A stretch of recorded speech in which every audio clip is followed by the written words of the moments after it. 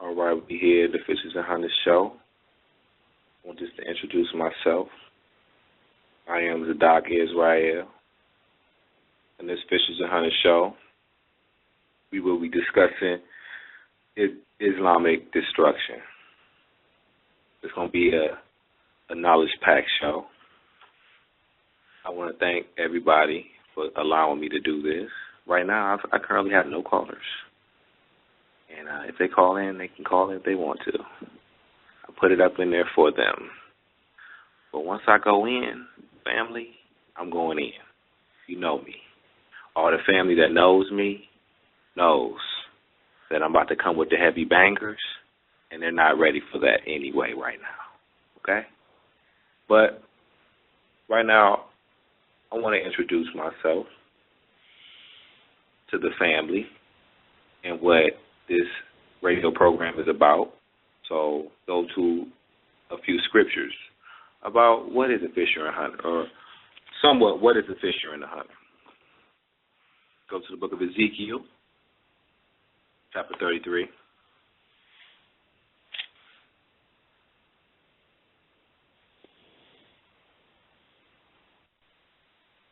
Ezekiel 33, verse 1, and it says,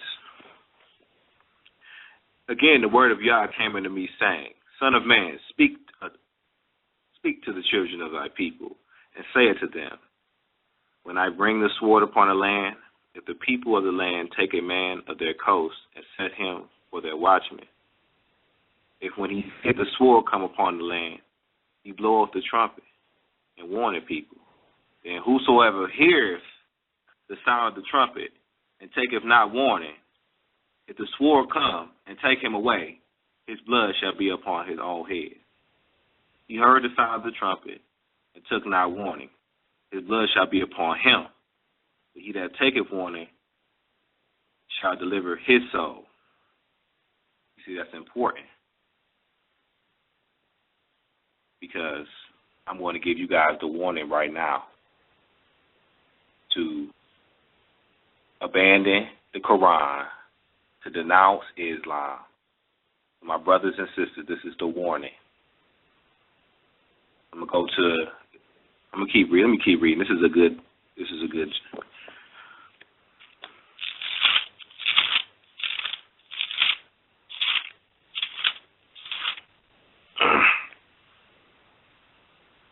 So thou, O son of man, I have set thee a watchman to the house of Israel. Therefore thou shalt hear the word of my mouth and warn them from me. When I say to the wicked, O wicked man, thou shalt surely die. If thou dost not speak to warn the wicked of his way, that the wicked man shall die in his iniquity, but his blood will I require at thine hand. Meaning, if I didn't get on here and do this, the blood would be on my hand. I did it. That's why, I'm going to say this right now for everyone to hear. I put it out here. The blood is not on my hands anymore, because I'm right here with no switchboard, zero callers. I'm glad, really. But I really didn't promote it. My brothers and sisters, if I would have asked them to call in, of course they would have. But they would be able to hear this later on archive, and I warned them. I'm going to tell you this right here for you to see, right here for you to hear. My bad, for you to hear, of course. Let me go to Ezekiel 3. This is really for my House of Israel family. One thing about this, what I'm doing, if it was not for the prophet Alicia Israel, who passed recently, none of these people have the ability to do what I'm doing or what I'm about to do. Right now, you're having a good, clean introduction. You know, reading a couple scriptures. But once in the Quran, what it says, Ezekiel 3:16.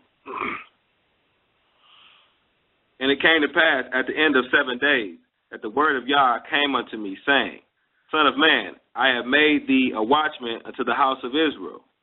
Therefore, hear the word of my mouth, and give them warning from me. When I say to the wicked, thou shalt surely die, and thou givest him not warning, nor speak to warn the wicked of his wicked way, to save his life, the same wicked man shall die in his iniquity, but his blood will I require at thine hand. Okay, his blood you require at our hands, right? So since I know I'm supposed to tell my people, now there's certain ways you can tell your people to stop doing certain sins. We need to understand that, okay? Leave the pork alone. You know, talk to our people. You know, get down to earth with them and say, I really want you to live. Or, you know, we got different ways of telling people not to eat other abominations. But not only eating, doing different abominations. We'll get into that later. We talk about the Fishers and Hunters radio program. We think about what is the bait for our people. What's the best time to go fishing for our people? And some of the fish always get away. Or the hunters, they study their prey. Say, oh, yeah, well, we know they're nocturnal, so you know, whatever the case may be. They do their research before they go out there. And I think, in fact, I pretty much know what I'm going to be doing is hunting false doctrine today. But what is the goal? What is the goal, Fishers and Hunters? I would not say definitely that what I'm saying is the goal is the goal. What I'm saying is the goal is to get people to turn back to the laws of Yahweh. Of course, it's part of the goal. That's definitely a huge, substantial, probably, you know, that's pretty much is most of the goal, but that's the goal that I'm going to put out there. I'm going to read something real quick in Jeremiah 9.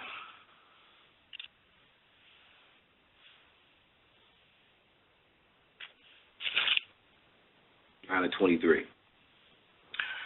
And it says, Thus saith Yahweh, let not the wise man glory in his wisdom, neither let the mighty man glory in his might. Let not the rich man glory in his riches.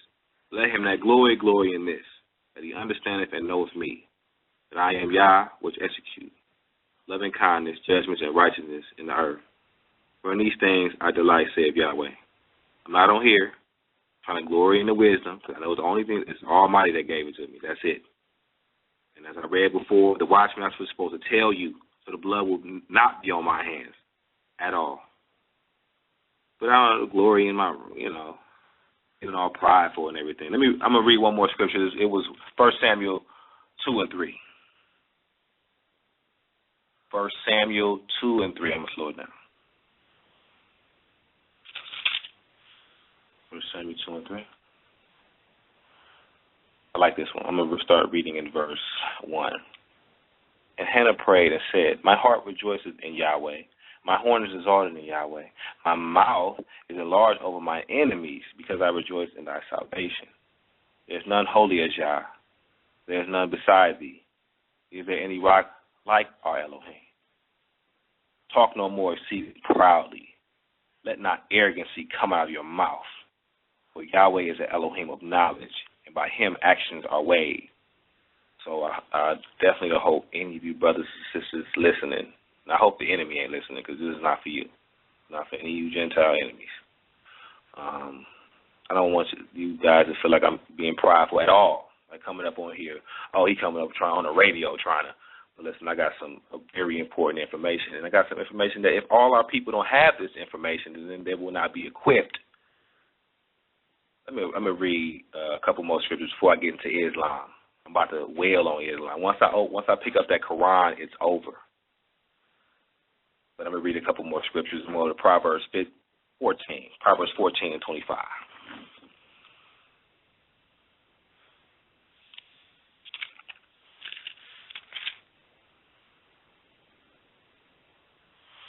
Proverbs 14:25 says, "The true witness delivers souls, but a deceitful witness speaketh lies."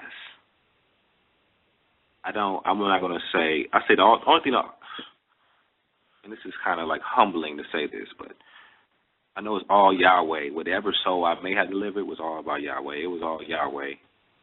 It wasn't me. They came to me. They mostly, wanted to talk to me, and it was all Yahweh. It had nothing to do with me. So a true witness delivers souls. So I hope, if I would deliver any soul or have any soul choose righteousness, which is delivering them, especially from whatever situation they're in, if they choose a righteous path, they have been delivered from that. Delivered, that is all Yahweh and what he put in me at this particular time. I don't want anybody to think I'm haughty in any type of way. And verse 28 of the same chapter says something I like. I wanted to read it real quick. "In the multitude of people is the king's honor, but in the want of people is the destruction of the prince." The multitude of people is the king's honor. The want of people is the destruction of the prince. So, but I definitely am not in want of any brothers and sisters. That's a blessing that I have. And I don't want that to change. But there's also the wicked people that fish and hunt. We do have wicked fishers and hunters. We have, of course, we have both wicked fishers and hunters. I want to go to examples. Speaking of the hunters, Jeremiah 5.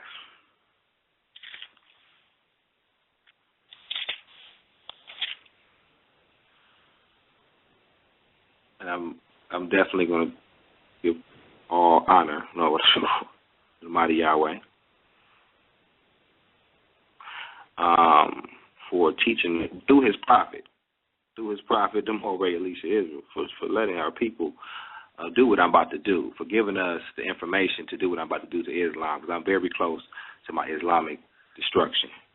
I'm going to read this in Jeremiah 5:25. "Your iniquities have turned away these things, and your sins have withholden good things from you. For among my people I found a wicked man that lay wait, he that setteth snares. They set a trap, and they catch man. Cage full of birds, so their house is full of deceit. Therefore they are become great and waxing rich." Right here, we're seeing these people that set these snares. Go to Proverbs 1:1 real quick. I'm going to go to Proverbs 1:11. It says, "If they say, 'Come with us, let us lay wait for blood. Let us lurk privily for the innocent without cause.'" Now you see these people lurk wickedly laying wait for people. We'll go to Hosea 9:8. Now, I know I'm going a little fast right now. Got a lot of time, so I shouldn't have to go to this fast. But I really want to get to the Islamic destruction. But I'm going to go to Hosea 9:8.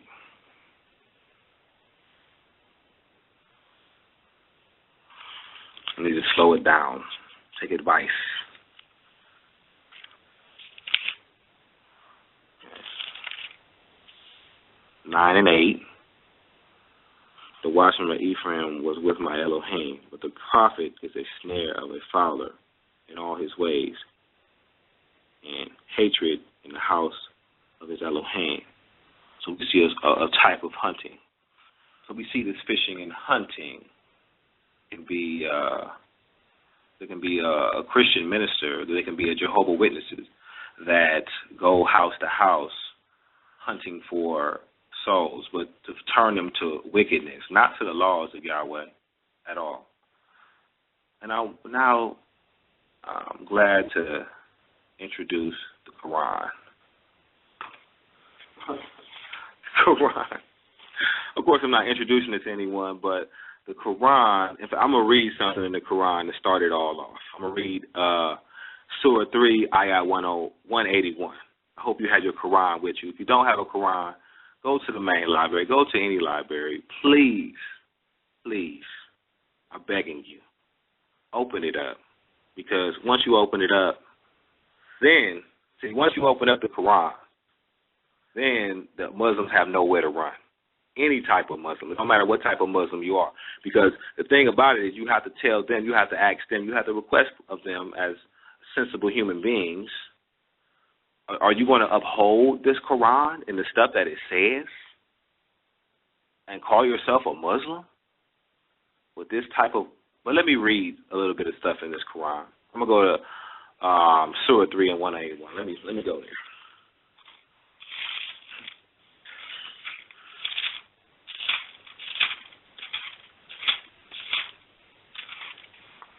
All right.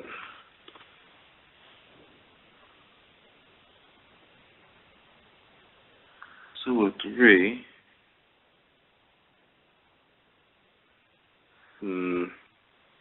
You know what? I'm gonna actually go to Surah 3 and 103, and I'm gonna read something. And it says, I'm gonna start at 102. O you who believe, keep your duty to the deity as it ought to be kept, and die not unless you are a Muslim. Wow. So we're gonna remember you shouldn't die unless you're a Muslim. We're gonna remember that one. I probably read that one a little early. 103. And hold fast by the covenant of the deity all together, and be not disunited. And remember the deity's favor to you when you your enemies, when you unite your heart so by his favor you became brethren. By his favor you became brethren, and you were on the brink of the pit of fire. Then he saved you from it. Thus the deity makes clear to you his messages that you may be guided. So right here we're reading in verse 103 that the deity has a covenant. It's not one of the covenants that was given to Abraham. We're not talking about those covenants. We're talking about the deity's covenants. We're going to see how the deity's covenants is just different than the Almighty's. Well, I'm gonna read something else. Instead of me just telling you about how bad it is, I'm gonna have you get familiar with the Quran. I'm gonna go to Surah 40. That's chapter 40, 85, 40 and 85. Let me give you a second.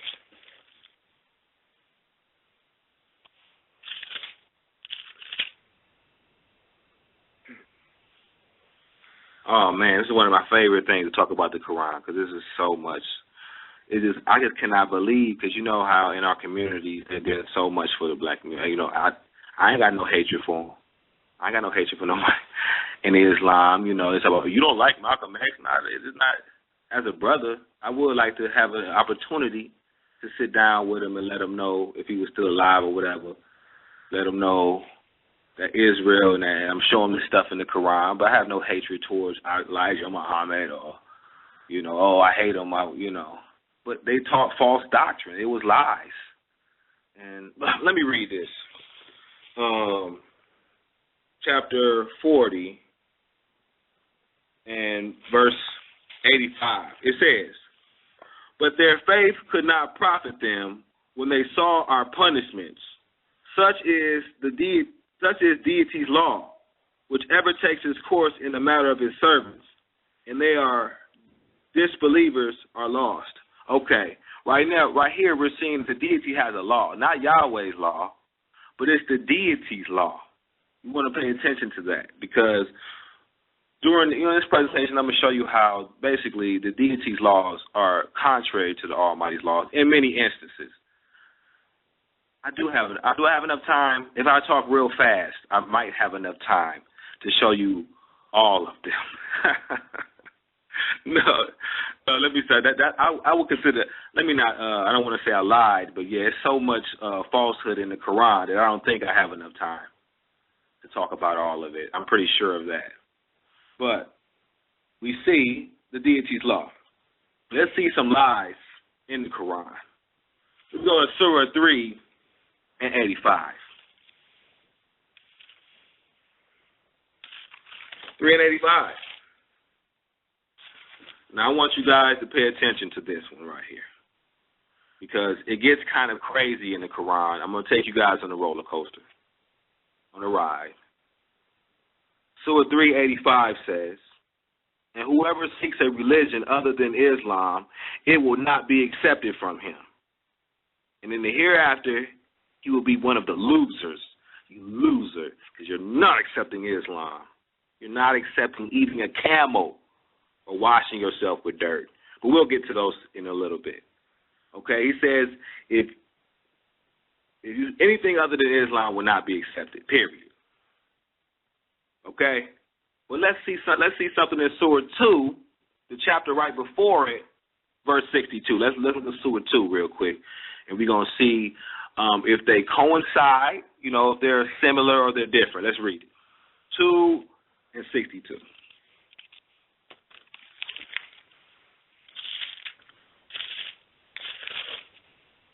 Okay. I'm going to read this, Surah 2 and 62. It says, surely those who believe and those who are the Jews and the Christians and the Sabians, whoever believes in the deity and the last day and does good, they have their reward with their Lord. And there is no fear for them, nor shall they grieve. So it says who? The Jews, the Christians, and whatever the Sabians are. All of them will not have to grieve or fear at all. Okay? They say, oh, well, let's keep reading, though. That may be, let's read something else in the Quran in chapter 5. Because maybe, they said it's nothing other than Islam, but then they turn around and say, the Jews and the Christians and the Sabians are okay, and they will get their reward in the last day. But let's see what Surah 5 has to say about that, because it may be something a little different in Surah 5. So I'm going to go to Surah 5, and I'm going to go to Ayat 68.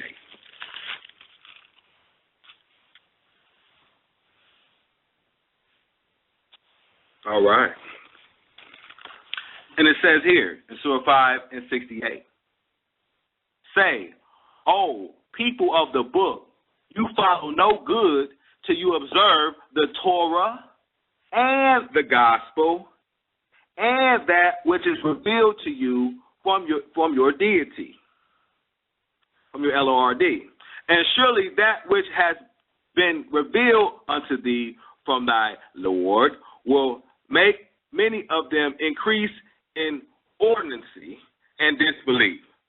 So grieve not for the disbelieving people.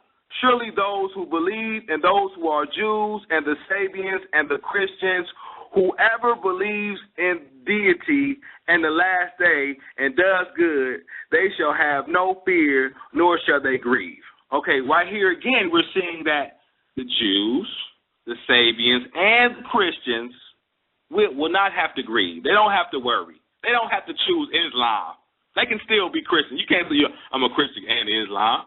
They said the Christians don't have to grieve as long as they do these certain things. But let's read what Surah 21 says, because it might say something a little different. It might say something contrary, because we already see a contradiction. Let's see Surah 21 and 98.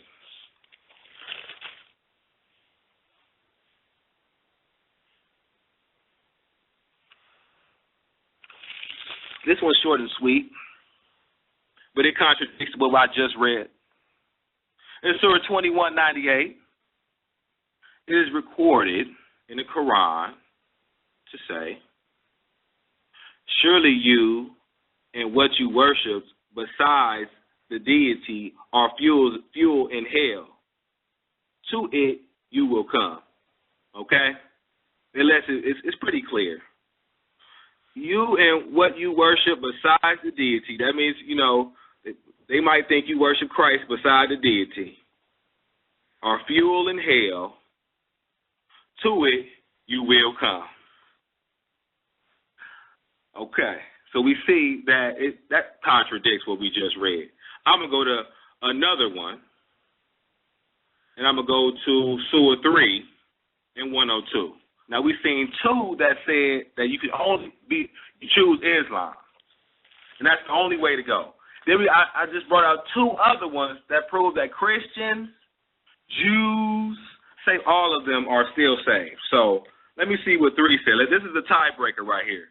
because Islam is so much confusion. It says it contradicts itself so many times. Let's see which contradiction wins and what side wins so that we know what the Muslims should be following. I mean, even though it lies, it says only Islam, and then it goes, but let's just see. We got two scriptures on both sides. Surah 3 and 102 says, let me see. It says, O you who believe, keep your duty to the deity as it ought to be kept, and die not unless you're a Muslim. Oh, I read that at the beginning. So there we go. There we go. Die not unless you're a Muslim. So what do you think side that's on?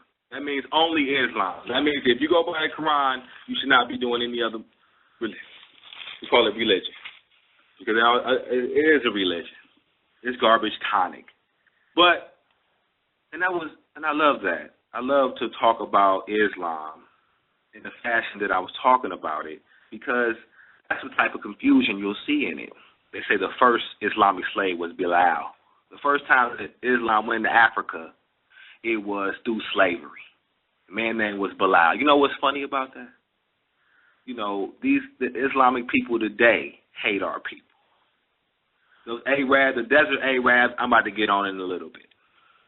It says right here, another lie in the Quran that's also in Jewish mysticism and in the New Testament, a lie that is located in the book, in the Quran, 720. So go to chapter 7, verse 20, and we're going to read this lie.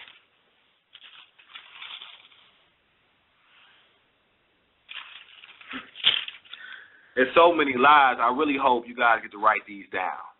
And you should get to know some of them because we have a lot of Islamic brothers and sisters in our neighborhood. And I know it's a lot of brothers and sisters that don't know this Quran but want to tell our people to get out of it, that it's doing nothing for our people. We want to tell our people that, but we have no ammunition. We're not able to shoot it down, to fish and hunt it down. So, verse 20 says, but the devil made an evil suggestion to them, that he might make manifest to them that which had been hidden from them of their shame. And he said, your Lord has, I'm going to say master from now on, has forbidden you this tree, become angels, or become of the immortals. Now, of course, in the story, he wasn't talking about them becoming angels. They bit the tree. That's a whole bunch of lies. But one thing you have to pay attention to is the devil. They call the snake the devil because that was the snake saying that to Eve. That was not the devil. But they want to equate the devil with the snake in the garden. That is a whole bunch of lies. But see, the lies go deeper than that. The lies go very deeper than that. We got the Zohar, which teaches, that's Jewish mysticism. Our people want to follow the Jew. It's Jewish mysticism, where they show that the snake is Eve. No, the snake had sex with Eve. The snake is Satan, the angel of death. It goes into description and talks all about that. In fact, I'll be talking about that next week, about these Jewish books, which are nothing but wickedness. But as it says right here, but the devil made an evil suggestion, not the snake. So right here is equating that. Now we can go to the book of Revelation, and I'm going to go to the book of Revelation real quick to show you how it's in all these lying books. And soon I will have the Zohar. I'm going for the Talmud next week. I'm going to have the Talmud. So I'm going to be reading that, but the Zohar is garbage too. Well, I'm going to go to Revelations 12 and 9 real quick.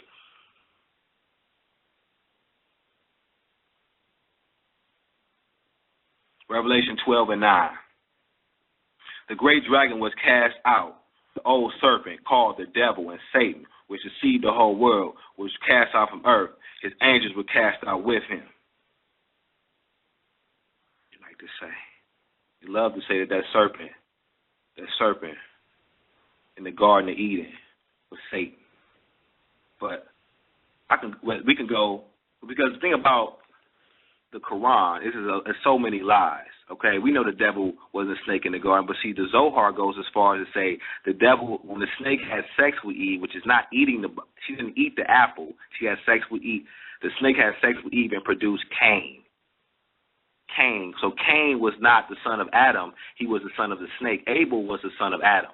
They go as far as to say that she had basically had sex with two different people.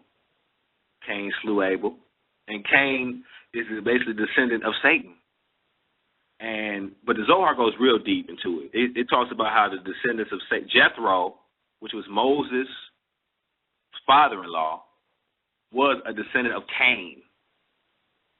It goes real deep into those type of lies, and it also says that the descendants of Cain were the people that drove Moses to hit the rock and not into the promised land. I mean, it has little details, lying details as that in the Zohar. I mean, it's really a lot of foolishness going on.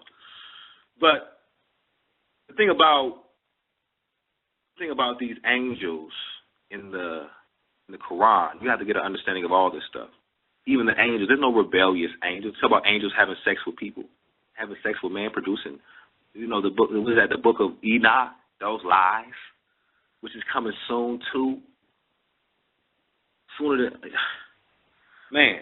But let me get back into the Quran. I'm gonna go to Surah 2, Ayat 34. I'm gonna go to Surah 2, Ayat 34. We're gonna get into how we have rebellious angels, something you cannot find in the Almighty's book. But let's read it.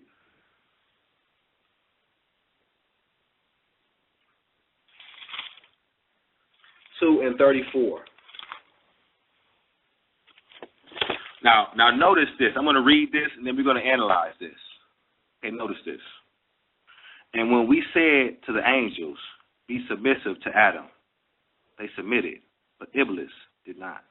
He refused and was proud. He was one of the disbelievers. Okay, now we can notice that we said to the angels. Now, why is your God saying we? That's my first question. Because, usually when you say, well, let us make man in our image, you say, who is the us? Who is the us? Well, the us is the angels that was there when the Almighty created the earth. You can see that in the book of Job, that they were there when the Almighty was creating the earth. So, let us, but see, the Almighty made it himself. But the thing about it is, when the Quran says we, it's speaking to the angels. We is talking to the angels. So who is this plural? Who is this we? Let me read it again. And I'm going to go to another one, which is right after I read this. And we said to the angels, be submissive to Adam. They submitted, but Iblis did not. He refused and was proud. And he was one of the disbelievers. So not only that we see we is talking to the angels, I'm glad I read it again.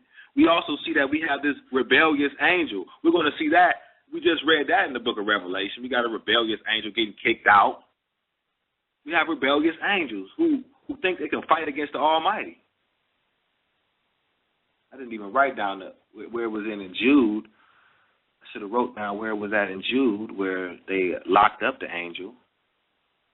I think that is, if I'm not mistaken, Jude chapter 1, verse 6. I'm going to go there real quick. I don't want to leave no information out since I got this time. So I'm going to go to Jude, which is right before Revelation. It's real small. I'm trying to put a lot of information out at one time. Okay. And it says, and the angels which kept not their first estate, but left their own habitation, he hath reserved an everlasting change under darkness unto the judgment of the great day. Okay, so right here we're chaining up angels. So obviously they're rebellious angels. I don't understand how angels can fight against the Almighty, but we have rebellious angels, according to the Quran. I'm going to go to Surah 17 and 61. 17 and 61. And I got people, I got one person up on here. That's what's up. In about 24 minutes, I'll let people call in and comment if you would like. The number is 347-677-0647. That's 347-677-0647. I'm going to go to the Surah 17 and 61 and read what it says.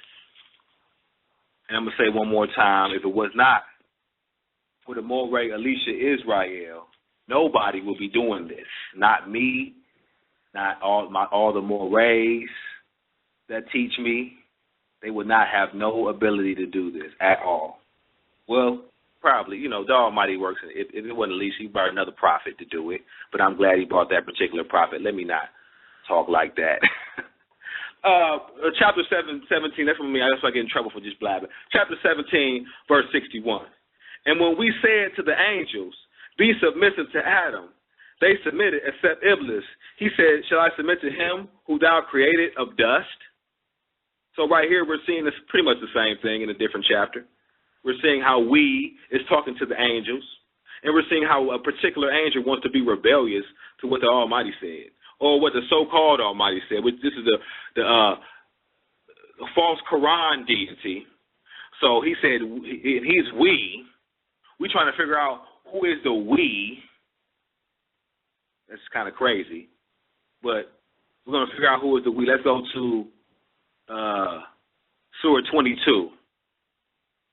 Surah 22 and 34. And we're going to figure out who the we is in the Quran. And like I said, I'm giving you this information. Like I said, most people, they don't, what I mean? The blood is off my hands. 22 and 34. This right here tells you, because we're already seeing that the Quran is saying that, let's just read this real quick, because let me stop talking and just let it speak for itself. Surah 22 and 34 says, for every nation we appointed acts of devotion, that they might mention the name of the deity on what he has given them of the cattle, quadruplets. So your God is one God. Therefore, to him should you submit and give good news to the humble. So right here, it's saying there is just one God. That your deity, A-L-L-A-H, is saying your deity is just one God. Not two, not we, but one. So which one is it? Which one? Oh, okay, let me see. So your God is one God, therefore submit to him. That's kind of sad. It's kind of sad. But, they're going to say there was the royal we or something. I really want the Muslims come on in. Please let me know what's up with that. But who are the Muslims? Who does the Quran love? We know in the scriptures, the Almighty, he makes it clear who his people are and what his people look like. His people didn't have straight hair and put on little curls in their hair. His people wasn't desert Arabs. But let me read something in the book, the Surah 99 Surah 9 and 99. Let me finish. Surah 9 and 99. We're going to see who the Quran loves. We know the Almighty said they had woolly hair. They had locks in their hair. They looked like the Egyptians. So we knew who the Almighty loved and how they looked. But let's see who the Quran loves. That's the main point for bringing out Surah 9 and 99. There's so much goodies in there. I'm not getting to all of them. I'm not going to be able to. When I say goodies in the Quran, it's just so much foolishness. And that's why it's so important to read the Torah first. You have to read it first. You get your foundation. The Almighty's laws is the foundation. And then once you have that sense, the understanding of the Almighty's laws, then you know right from wrong. Once you know right from wrong, then when you read through these books, then you say, oh, man, that's wrong. Because that's against the Almighty's commandments. And it becomes so clear to you. But right here, in Surah 9 and 99, it says, of the desert Arabs are those who believe in the deity.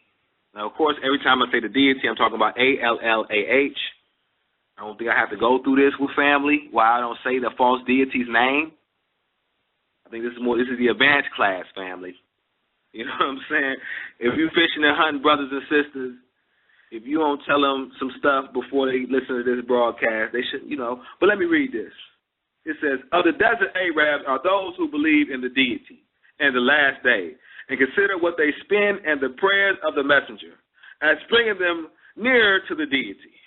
Surely they bring them nearer to the deity will bring them to his mercy. Surely the deity is forgiving, merciful. Earlier I was reading too fast. I'm reading too fast now. But right here, it said that he will surely bring the desert Arabs to his mercy. So that's their religion. This guy has nothing to do with you. Muhammad calling black people raisin heads, calling his black slave raisin heads. And you know what? I was actually assaulted on the chat, on a line called Pal Talk, whatever. But they were saying that this Arab girl, she's supposed to be a Sufi or something. She's supposed to be from Babylon or something like that. She calling me a raisin head because Muhammad called me a raisin head. Well, and right here it says that the deity loves.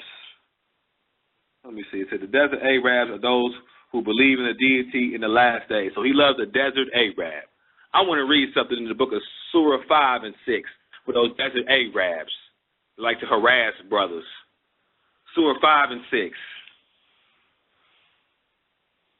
And nothing, people, like I said, this is for mature audiences. Okay. Yeah, people will start crying and everything.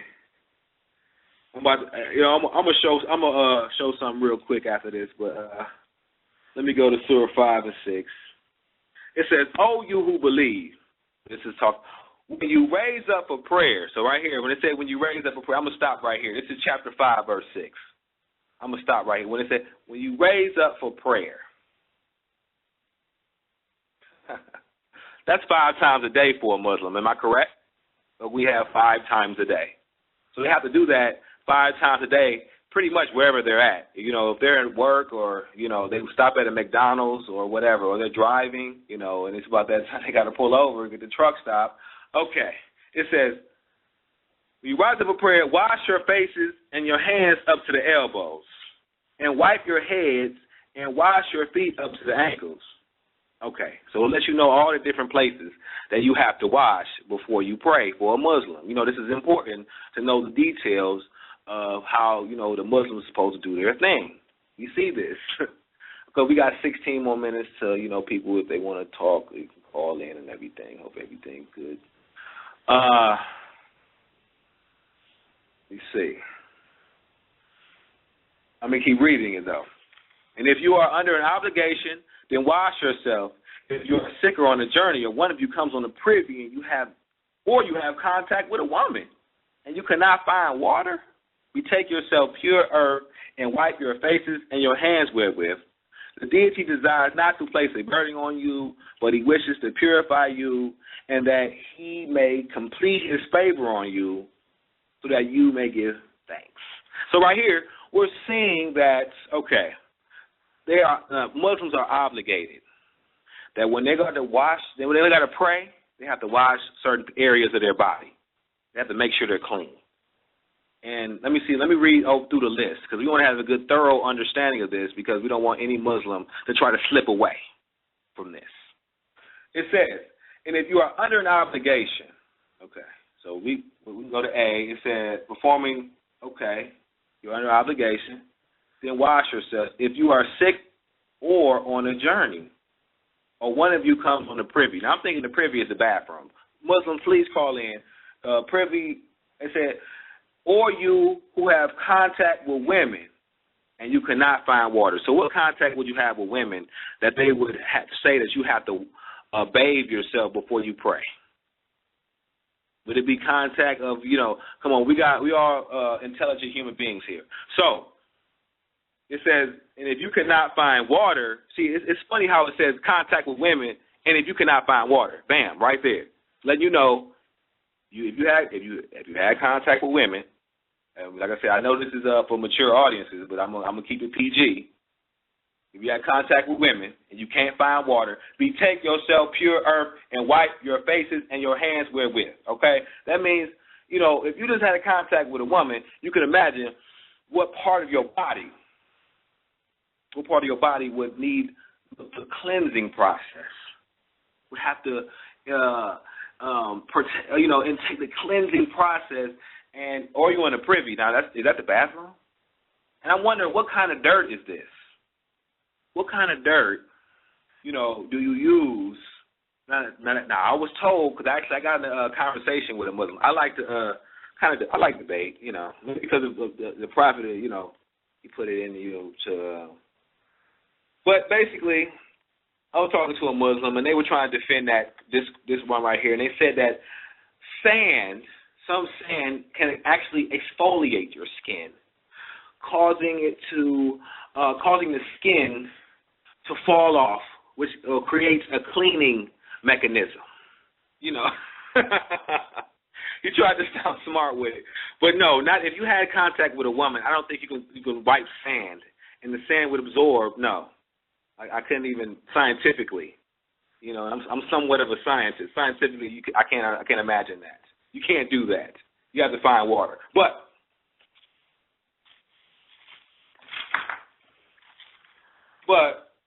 And that's a funny thing, though, that I'm going to go to this scripture real quick, because I want to make sure to add this to what I'm archiving right now. Because, even though it's kind of off subject, I'm switching subjects again, but it's talking about Christian and Muslim relationships, okay? This is kind of important. This is one of them from the prophet of More Israel. But it says, chapter 5, verse 51. If you who believe take not the Jews and the Christians for friends, they are friends of each other. And whoever among you takes them for friends, he is indeed one of them. Surely the deity guides not the unjust people. So surely the deity guides not the unjust people who are Jews or Christians. The deity don't deal with them. You know what I'm saying? So right here, the Muslims are showing a disdain towards you. In fact, let me go to Surah. I may be jumping the gun real quick, but I'm going to go to Surah 9 and 29. I know I'm going to be using this later, but I want to go here right now. They said, "O you who believe, take not the Jews and Christians for friends. They are friends of each other." Now read Surah 9 and 29, and this is what it says. It says, "Fight those who believe not in the deity, nor in the last day, nor forbid that which the deity and his messengers has forbidden, nor follow the religion of truth out of those who have been given the book, till they pay the tax and acknowledgement of superiority, and they are under a state of subjection." So right here it says, "Fight those who believe not in the deity." We just read Surah 5, Ayah 51, "O you who believe, take not the Jews and Christians for friends." We're seeing this type of stuff. But of course, this book will have an escape hatch. That's a lie within itself because it's contradicting, but it's their escape hatch. And to find the Islamic escape hatch, I've already found it for you. So that I cut them off before they can even jump into the escape hatch. In Surah 5 and 82.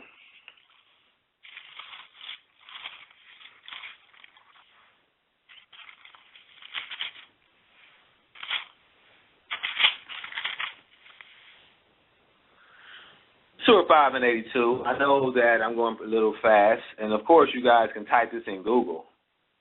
It's nothing to getting there and typing it real quick. They have a lot of Qurans online, so this is no excuse because you don't have a Quran. Surah 5, 82. Says, "Thou wilt certainly find the most violent of people in enmity against the believers to be the Jews." Okay, so it lets it be known that the Jews are the one. And it's kind of evident. No, in the Middle East today. Let's keep reading. "And the idolaters. But thou wilt find in the nearest friendship to the believers to be those who say, we are Christians. That is because there are priests and monks among them and because they are not proud." Wow.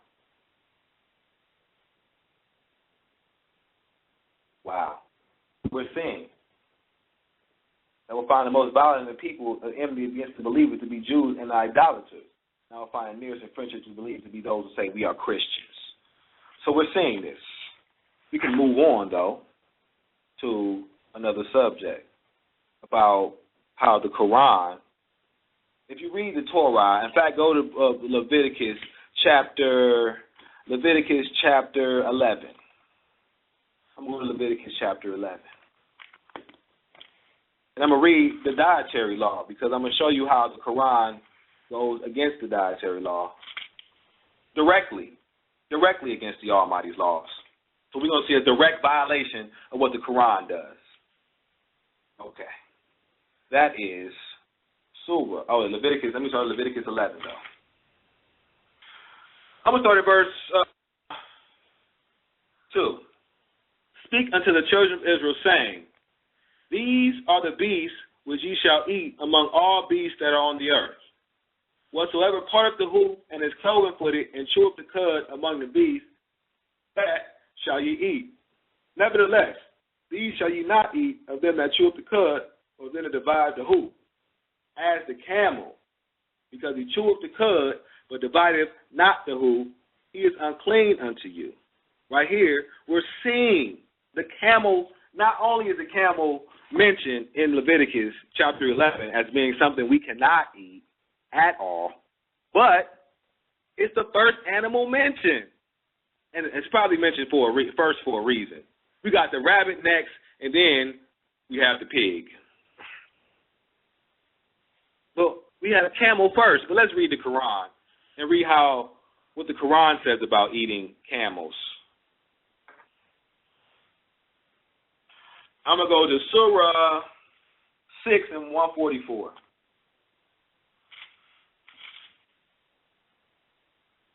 This one, I don't know. I can read this, but it won't be as good as the other ones. I'm going to read this real quick. This is not one of the best ones for camel. The best ones for camels are like Surah 22 and 36. In fact, I'm going to go there first. I want to keep it hot. And then I'm going to go back to 6 on 144 for all you who want me to read it. Which is probably not all people, but let's say go. And the camels, we have made them of the signs appointed by the deity for you. For you therein is much good. So mention the name of the deity on them standing in a row. Then when they fall down on their sides, eat of them and feed the contented one and the beggar. Thus have we made them subservient to you, that you may be grateful. Okay, let's analyze how the Muslims are basically defiling the Almighty's word in such a. Let me just read this. It said, and the camels, we have made them signs appointed by the deity for you, and therein is much good. So mention the name of the deity on them standing in a row, and when they fall down on their sides, eat of them and feed the contented one and the beggar. Now, the worst part about this, of course, is eating the camel and feeding the contented one and the beggar. Now, why would you feed a beggar some unclean animal? The Almighty said, in fact, not only that, let me go to the book of Isaiah 66 real quick.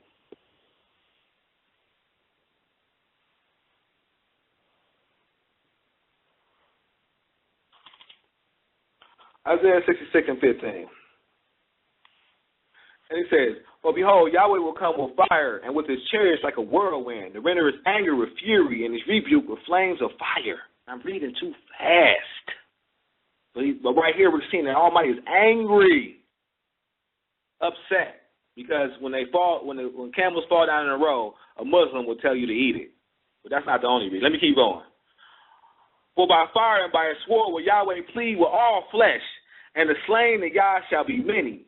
They that sanctify themselves and purify themselves in the garden, behind one tree in the midst, eating swine's flesh, and the abomination and the mouse shall be consumed together, saith Yahweh. So these abominations, the Almighty said he's going to slay these people. He's upset. But we have the Quran, which is trying to get people killed. That's basically what's going on in this situation. You give somebody some unclean meat, knowing the Almighty said that he's going to come back and slay those people in the day of the Almighty. So why would you do that? Leading your people astray. That's what I was talking about when I first started the show, about the wicked fishing and hunting that takes place. And this is the instruction. And, well, yeah, feed poor people this. Yeah, they deserve to die anyway. They want to die anyway. All right. But not only that, I'm going to read Surah 6 and 36.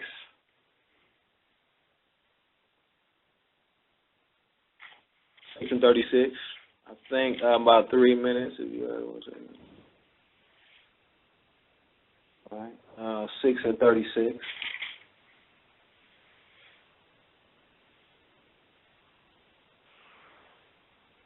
Ooh.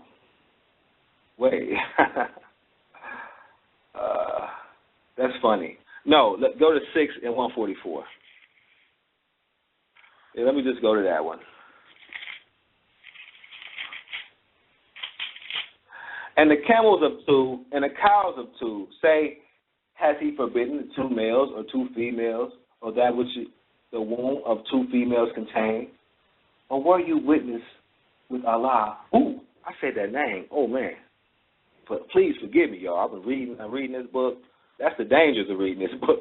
Enjoying to you, who is then more unjust than he who forges a lie against the deity to lead man astray without knowledge. Surely the deity guides not the iniquitous people.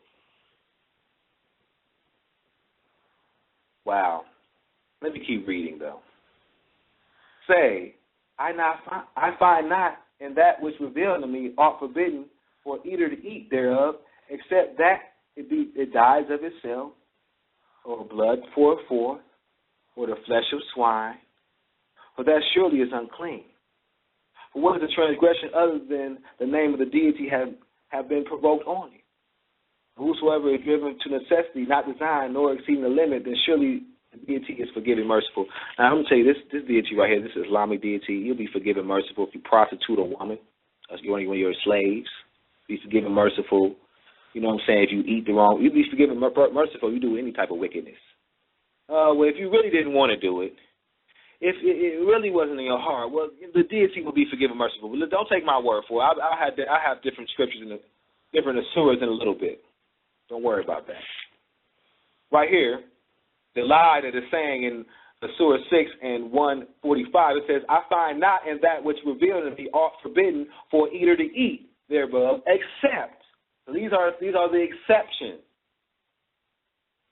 So that it be what dies of itself, or blood poured forth, or the flesh of swine. So the only thing I'm not seeing right here, the only animal I'm seeing is the flesh of swine. And why did it say the flesh of swine? And why didn't it say the flesh of camels? Why didn't it say the flesh of camels?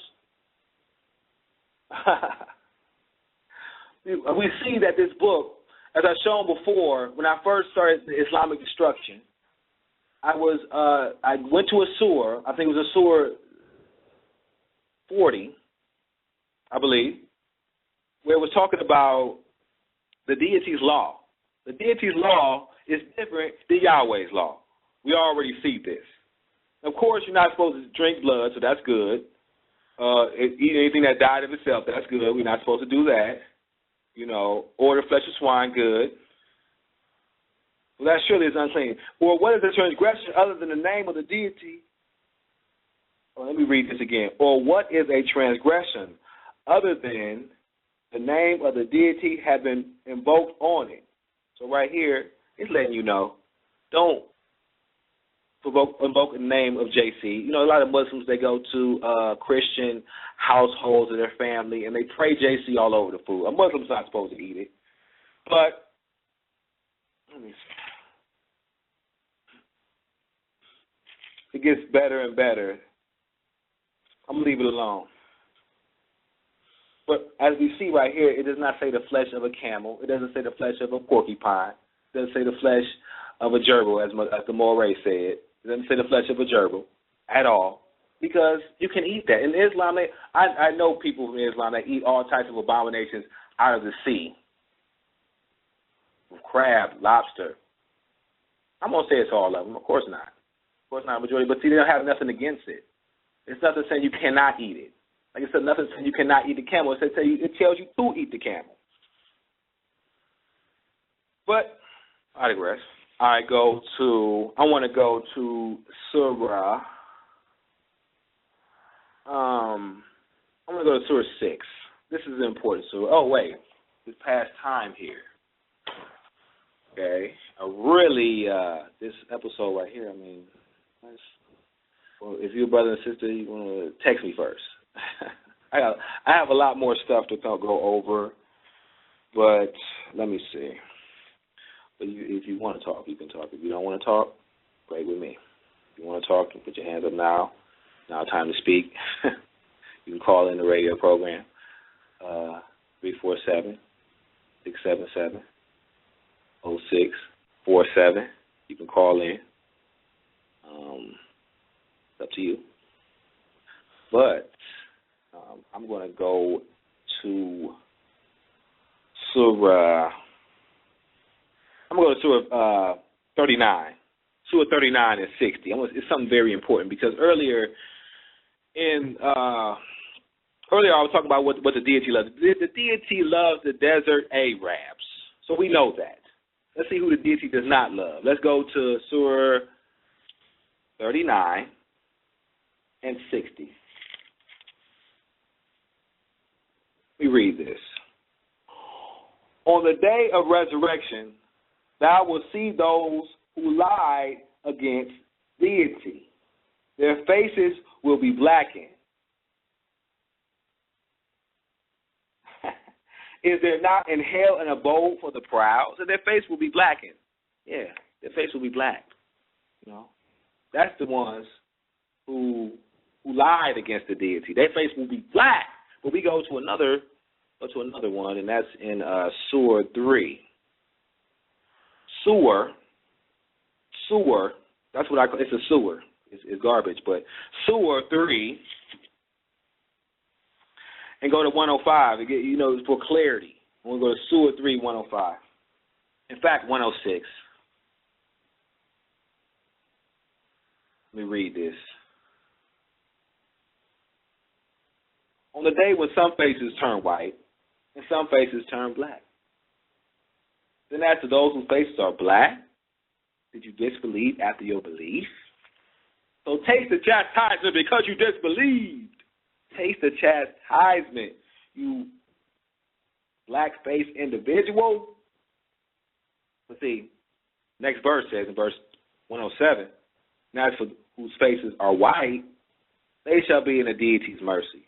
Therein they shall abide. See, you know what's funny about that one? You go back to Surah 9 to 99.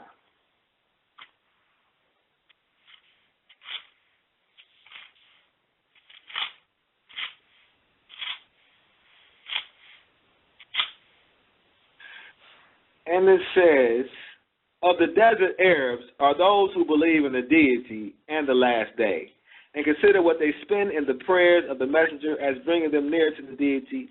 Should they bring them near to the deity will bring them to his mercy. The deity is forgiving, merciful. Right here we're seeing that he's going to have his mercy on white desert Arabs. I mean, that's all I can see right here. And when your face is blackened, there's a problem. You're black, get back. You're brown, stick around. You're white, you all right. Now, let me also go to a couple contradictions. These are some of the, I would say, more petty contradictions. They're not really hard bangers, but I just wanted to go to them anyway. I got 24 minutes, so yeah. I got a lot more stuff. Don't worry about it. But yeah, 22, Surah 22 and 47. 22 and 47. And it says, and they asked thee to hasten on the chastisement, and the deity by no means fails in his promise. And surely a day with thy master is as 1,000 years of what you reckon. Now, of course, that coincides with the scriptures. A day is 1,000 years. They got that right there. Okay.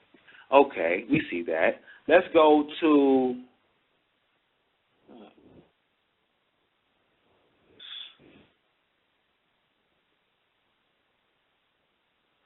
I'm going to go to also Surah 32 and 5. Type it in, 32 and 5. And it says, He orders the affair from the heaven to the earth. Then it will ascend to him in a day, the measure of which is 1,000 years as you count. A day is 1,000 years as you count. Okay? Well, that coincides. Right. That's, there's nothing wrong with that. Write that down. Now, go to chapter 70. Go to chapter 70. Chapter 70. I'm going to read verse 4 for you. Verse 4 says, To him ascended the angels, and the Spirit in a day, the measure of which is 50,000 years. 50,000 years. Okay, well, that's a contradiction, but that's one of those, contradictions. The Quran has so much garbage contradiction in it that's one of the petty ones. But if you're in a discussion, this is But let me keep going. I wanted to read something in Surah 6 something in Surah 6 that's just a lie. It's no getting around this lie. You guys know that one song,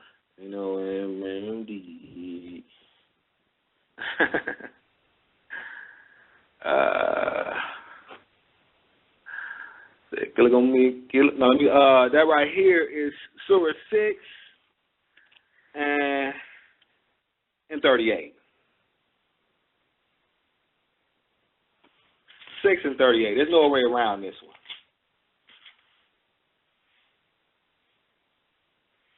So there's so many angles to attack this scripture by that. This is only the first way I'm going to attack the scripture.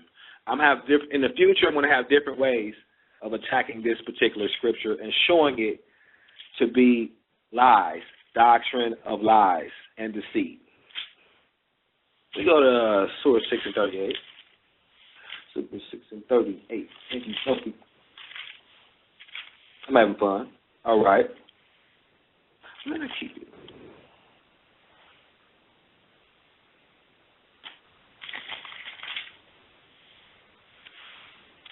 And it says, And there is no animal in the earth, nor a bird that flies on its two wings, but they are communities like yourself. We have not neglected anything in the book. Then to the master will they be gathered. So they're not, right here, the Quran lets you know there's nothing that's been neglected in this book. Nothing at all. Okay? That means that when it says what month to keep Ramadan, I'm cool. That's why I say I'm kind of cool with some people from the Nation of Islam. I started off as a 5%er when I was young because I listened to Wu-Tang. Nation of Islam, I have no hatred towards the brothers. I know it's just like the 5% Nation. I know it's a whole bunch of good concepts and just the righteousness that's inherent inside of Israelites. Just like to follow something that they see as just righteousness, but it's lies and deceit. And that's what it is, right? And think about it, the reason I went to this one. The reason that I went to this one was to go to, and I have the notes here.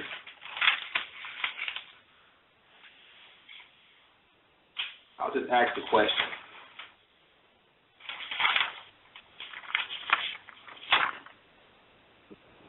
Well, I'll just ask the question then, because there's nowhere in the Quran where it tells you to keep Ramadan. What I was basically right now searching for was the scripture that mentions Ramadan in Surah 2.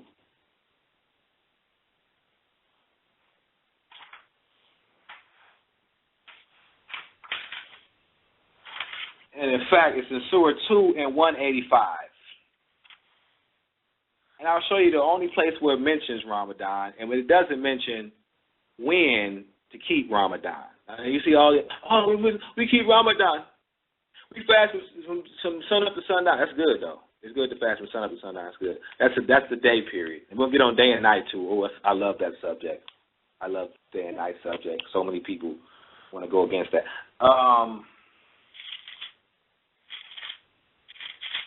It says right here, in Surah 2 and 185, the month of Ramadan is that which the Quran was revealed a guidance to man and clear proofs of the guidance and the criteria. So whoever of you is present in the month, he shall fast therein. Whoever is sick on a journey, he shall fast, like the number of the days.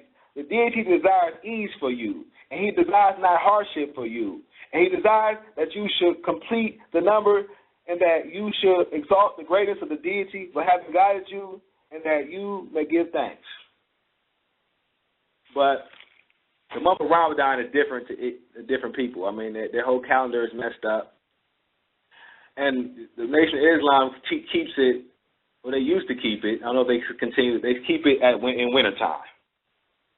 When it gets dark around 5 o'clock and they really don't really fast, they wake up at around, they eat, before the sun comes up, and then they have to wait till 5 o'clock. Or you do it like the other Muslims, more of the Orthodox Muslims that keep it around July because the sun goes down at its latest time, real late. So they want to really, but there's nowhere where it tells you what moon, we have 12 moons, what moon to keep it in. Is it the 9th moon? Like a lot of them like to say it's the 9th moon they keep it by, but is it the 9th moon? All right. Also, one thing I want to bring out is Surah 27 and 86. Surah 27 and 86. Ooh, I had so much fun with this Quran. Let me tell you. And I believe, as a humble, lowly servant of the Almighty, that I have warned the people, or I'm going to direct them to this, so that this is their warning, and the blood will be off my hands. I'm not expecting to get off the radio program and feel some type of better, but the burden has been lifted. Especially when dealing with the Quran. But I'm not done with the Quran, not by far. I would say what I'm discussing is probably a fourth to a third of the lies in the Quran, the confusion. Right here in Surah 27. Surah 27. We'll go to Ayat 86. 7. And it says, See they not that we have made the night that they may rest therein, and the day to give light. Surely there are signs in this for a people who believe. Right here, we're seeing the Quran has some sense. The Quran is making some sense. The Quran says that we have made a night that they may rest therein, and a day to give light. So there's light and there's darkness. You see the day and the night. So we see in the Quran, they have enough sense to know that there's separation. That the Almighty separated day and night. So hopefully when we're talking to a Muslim, we can show them this. But I want to also go to, I'm going to go to a couple of scriptures dealing with Christ before I get off here. Christ and Islam. Just for people, just for people's reference sake, just so they have this knowledge. It's about Christ in the Quran. It's just some of it. Go to Surah 21 and 26.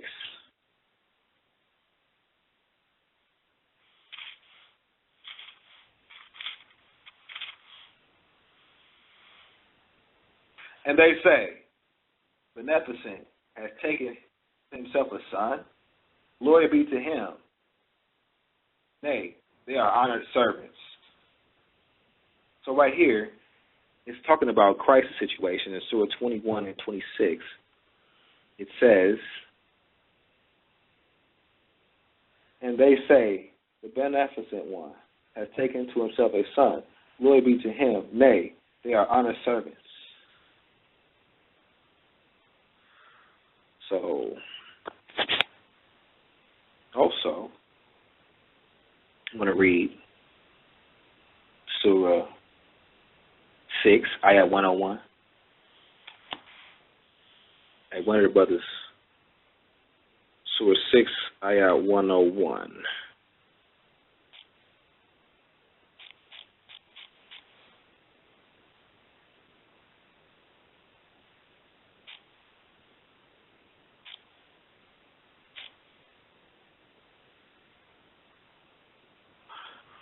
And it says, in Surah 6, Ayat 101,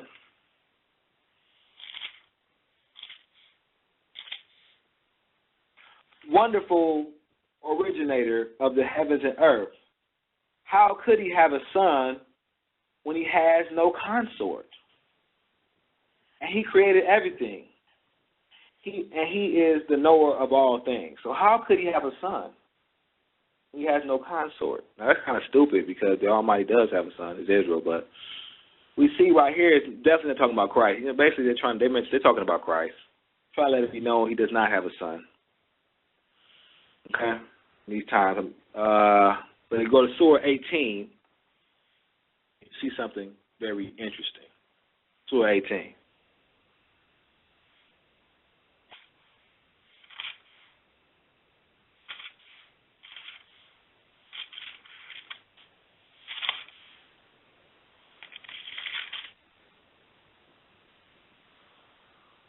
Okay, Surah 18, verse 4 says, and to warn those who say the deity has taken to himself a son.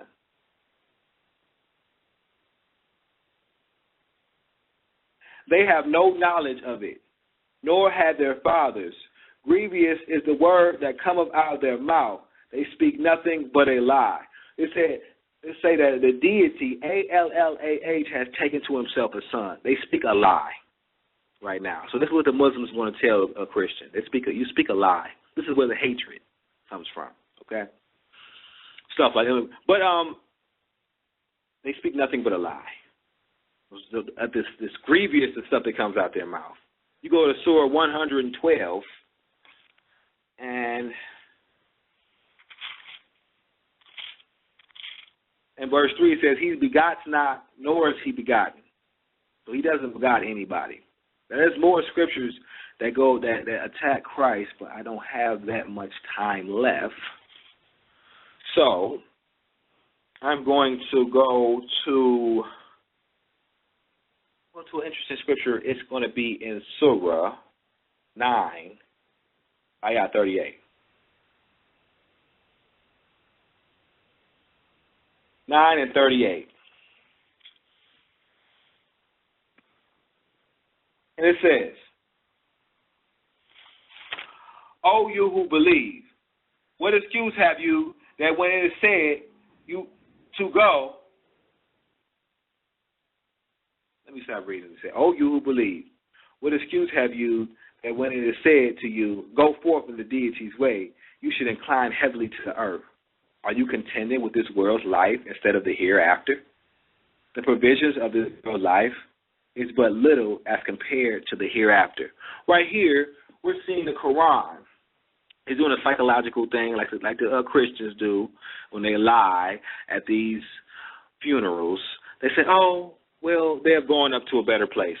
And in this place, there's many mansions where I will set a one in the corner for you. And all this stuff. And then right here in the Quran, it's basically saying the same thing. He's saying this provision of this world life is but little compared to the hereafter.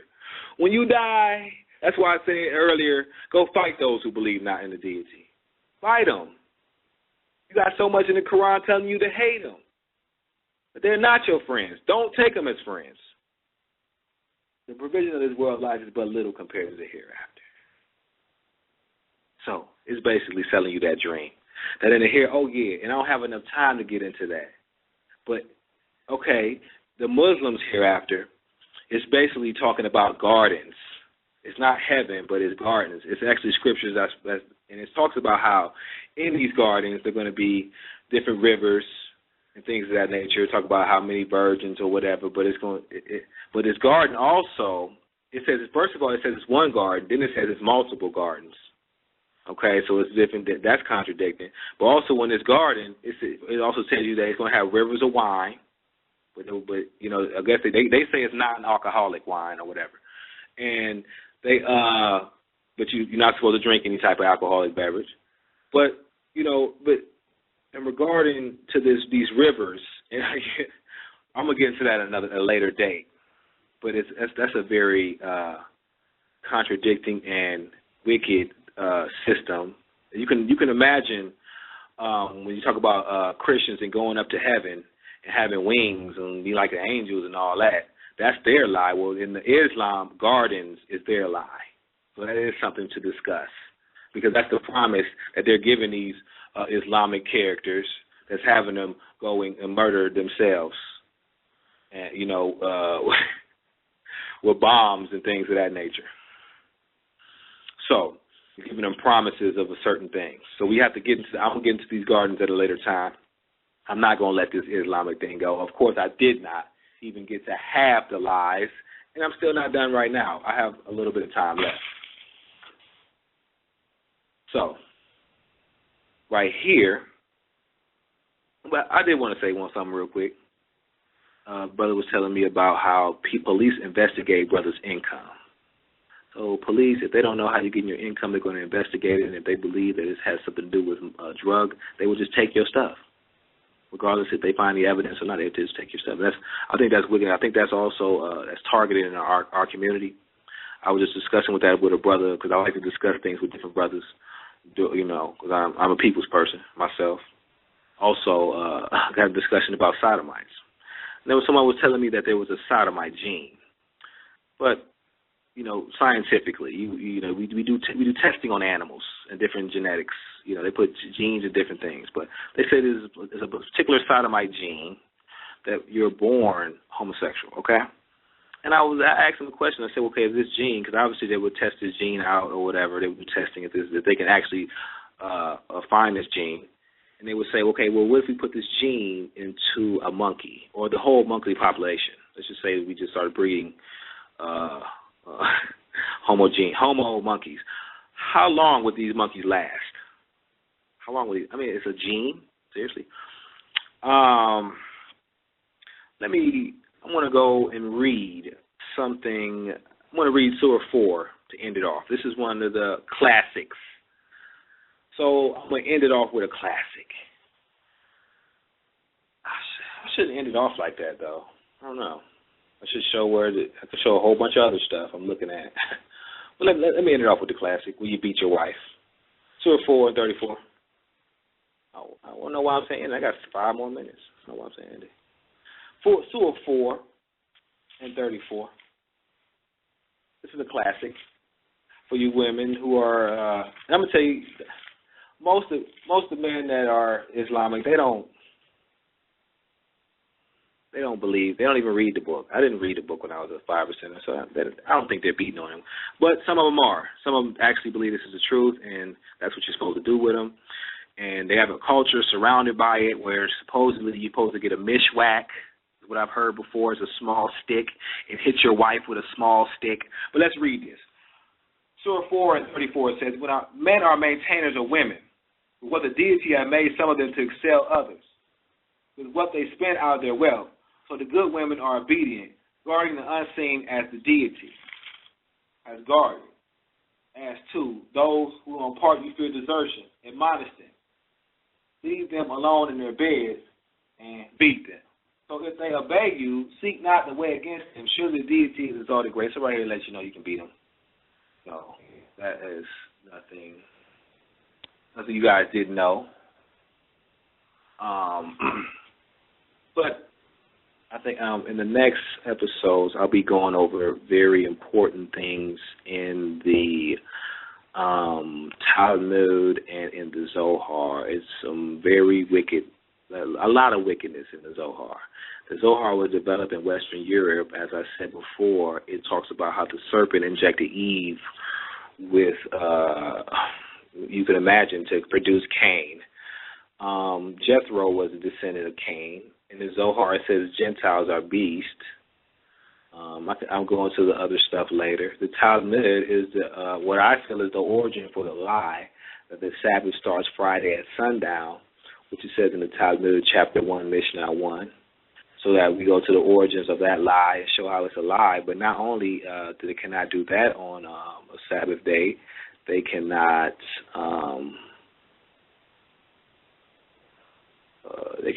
do a whole bunch of things on the Sabbath day. They cannot send a letter by a Gentile on Friday, or they can't help or sell anything to a Gentile on Friday because they believe the lie that the day starts in evening. I'm going to go into different things about what the Talmud said about Christ. Said he was practiced sorcery and was an idol worshiper.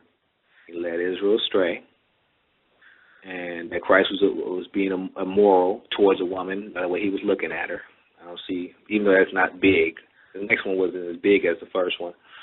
How in the Talmud they treat Jews and non-Jews is very horrible. How they treat non-Jews, but it's funny at the same time because it's supposed to be this nice Jewish man. It says that you can, oh man, I'm not even going to get to the wicked parts about that, but I just want to end off by saying that, oh yeah, oh man, I'm looking at this stuff right here, and you would not even believe me if I said this right now. That's why I always tell everybody who listens to whatever I say to look it up for yourself. I'll just tell you where it's at. You know what I'm saying? I mean, all right, so it's very good dealing with these subjects today. It was a burden off my shoulders. I hope that the listeners enjoyed me tearing down Islam for today, and I have a lot more. But only reason you would really enjoy is because you really want the people to turn to the Creator and His laws. We don't want people eating camel meat or beating on their wives. We want the people to turn to the Creator's laws, which is superior to all these ways of life. And it shows that even though the Quran will lie and tell you that it's the Torah in the Arabic language, as it says in there, it's a lie. It's a lie from hell. So we want to show our Islamic brothers and sisters that this is not the way to live. You never attack the brother and sister. It's always the doctrine. It is always the doctrine. Okay? It's for sending out love to all the brothers and sisters. This is the first annual Fishers and Hunters show. And I want to give all praises and all glory to the mighty Yahweh that helped me survive. And hallelujah.